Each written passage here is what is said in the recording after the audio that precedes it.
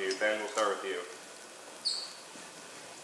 This weekend is going to be pretty different than the last 2 weekends. How do you all make sure the mindset doesn't change? You know, it feels good to be home. You know, I'm pretty sure that everyone knows we went out this past 2 weekends and we handled business, but it feels good to be home, back in our environment, back in front of our fans, and we'll see if we can handle, you know, a pretty good Missouri team coming into our stadium. Mike and then Ryan. Yeah, Evan, with Drew Beam, I mean, what was your experience catching him in the fall, and was there any way to see the way that he's developed coming at that point? You know, in the fall he was coming off his injury, so it was kind of surprising to see, you know, how much success he had at the beginning of the season, and till now he's developed into a really good pitcher. But he was struggling in the fall a little bit, but you know, whenever we started the season, we didn't know who was our Sunday guy, and you know, Coach V and Coach A, they did a good job talking and communicating with each other about who they thought could handle it. And Drew Beam, coming from a football background, you know, playing quarterback in front of a lot of fans when he was in high school, I think that kind of gave him the advantage over a lot of guys for the Sunday guy, and you know, he took it and ran with it. Similar question, but different player. Will Mabry, just where have you seen him grow from last year to this year, and how is he I guess mentally? It seems like he gets those big moments a lot when coming in games with runners and scoring position. What makes him effective in those moments?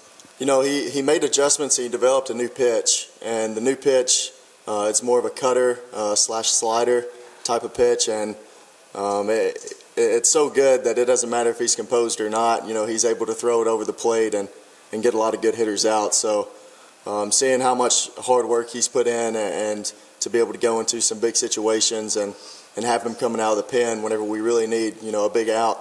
It's nice to have a guy that's got, you know, a lot of pitches and a lot of ways to get a good hitter out. So. Vince and then Rick and then Wes. Evan, two things. Can you share some body language of hitters when they're in the box against Ben Joyce? Man, it's I don't think there's ever one person that's in there and that's really comfortable. You know, I've made jokes about him. You know, it doesn't hurt for him to have some hit by pitches, because if you're looking at the report and a guy's throwing 105 miles an hour with some hit by pitches, it doesn't matter how good of a hitter you are, you're not going to be excited to get in there. So, you know, you can see based on the swings of some people with the new pitch that he's developing, his slider, he's able to throw it for strikes. You know, people are in there with one goal in mind, and that's not to be late by the fastball. And he's going to expose a lot of people, especially if he can throw some off speed over the plate. And you guys seemingly have handled being the unanimous #1 team in the country so well. Why do you think that is, that you guys are comfortable in that role as being the hunted as the #1 team? You know, there's a lot of teams that they experience that #1 get beside their name and they start pressing because they aren't too confident that it belongs there, and they you know, sort of try to prove that it belongs, and then whenever another good team comes in, it can kind of, you know, their confidence can kind of be wishy-washy. But I'm pretty sure everyone in our locker room knows that, you know, that one belongs there, and as long as we play our game, our talent level is pretty supreme. So as long as we keep playing the way that we're supposed to and don't let that, you know, affect us too much, but we'd be stupid to not understand that people are going to play their best games against us, and I think we just need to come out every day and be ready. Hey, Evan, it's fresh on my mind. Coming in, I saw the NIL thing with Weigls. Baseball's getting a lot of attention, and deservedly so. What does it mean to you guys to be getting that attention and getting that help individually and as a team? You know, it means a lot because there's a lot of guys that are hardworking and you know, that they want to not only perform well on the baseball field, but they want to have, you know, their academics and their living situation. They don't want to have to worry about that. You know, there's a lot of people that come to mind that come to Tennessee and they give up quite a bit of money to be here and to play, you know, for this team. So to have people getting opportunities and to have, you know, companies like Weigls reach out and want to work with us, that I think that's only going to, you know, increase. And as long as we keep handling business on the field, those opportunities will arise, I believe. Evan, no matter what level of baseball you're talking about, down from, you know, little leagues to travel ball to college to professional, you don't see a lot of 20-game winning streaks just ever. What's it been like to sort of be a part of that, and how do you kind of keep going about the daily grind every day and not thinking about, like, oh my God, my team's won 20 games in a row? There's a lot of games where our bats have kind of, went dead or been silent throughout the majority of the game. But, that if you want to be good in this league and in college baseball, you got to have the pitching. And I think that's what's really has carried us, our pitching staff top to bottom. There is no breaks. And, with Blake Tidwell and Seth Halverson coming back, I think it's only going to get better. So, our hitting has got a lot of publicity over the past, couple weeks, but our pitching staff is really carrying us through a lot of wins, I believe. What have you seen from Trey Lipscomb throughout this season? And obviously with him stepping into a more expanded role after kind of sitting behind some guys for the past couple of years? Man, I think he's been the most composed out of anyone I've seen. His emotions don't fluctuate too much, even in big situations, and that's big when it comes to baseball. But he hasn't gotten too high or too low. He has sat behind a lot of good players, and he's been able to see what works and what doesn't. And whenever he's gotten in his opportunity, everyone knows that he's made the most of it. So it's pretty cool to see, his emotional.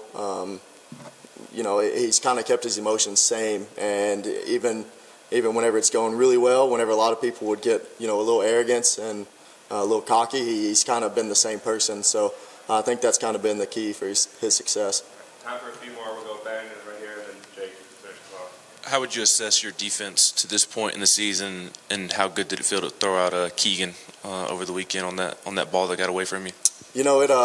I think I've been playing pretty well behind the plate. That was my goal coming into the season, was to be able to handle the arms that I knew were going to be talented, and I think I've handled them quite well. And the more guys I can throw out, the better. But as you can see, our pitching staff, they kind of worry about not letting people on base. If we give up a couple extra stolen bases, it's not too big of a deal. But as long as we're winning games, it doesn't really matter the stat line for myself, to be honest. Evan, Cortland Lawson up to 7 homers this season. Has his success at the plate surprised you any? Yeah, man. Whenever he first came at Tennessee, he was, let's just say he did not have much power. And there were a lot of people that really thought he would never really play here. But he stuck to the grind, and he really worked on his craft. And it's awesome to see what he's turned himself into. And no one can take the credit except for him. So hats off to him for being in the weight room, being at practice every day, just working to get better. And I think he's kind of stepped into a role of shortstop that not many people can do. So to see him, hit 7 homers, I would have never guessed that his freshman year. But there is no surprise now that he's in there and comfortable in the box and showing that he can display some power. Evan, last year in that Villains comment, you talked about how teams kind of came in before overlooking you guys, maybe treating you as a mat a little bit. What's it been like to just watch that level of respect increase for teams that come in and know they're going to get the best team in the country right now? Yeah, I think it kind of shocks a lot of teams, and it certainly shocked me on how quickly it came. I think it starts from the top with the coaching staff. They don't want to be disrespected by anybody because they work harder than anyone.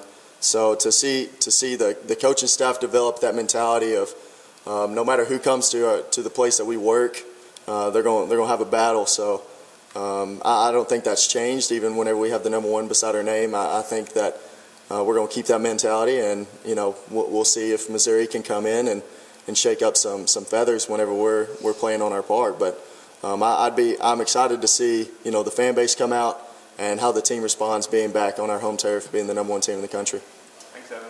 Yeah. Thank y'all.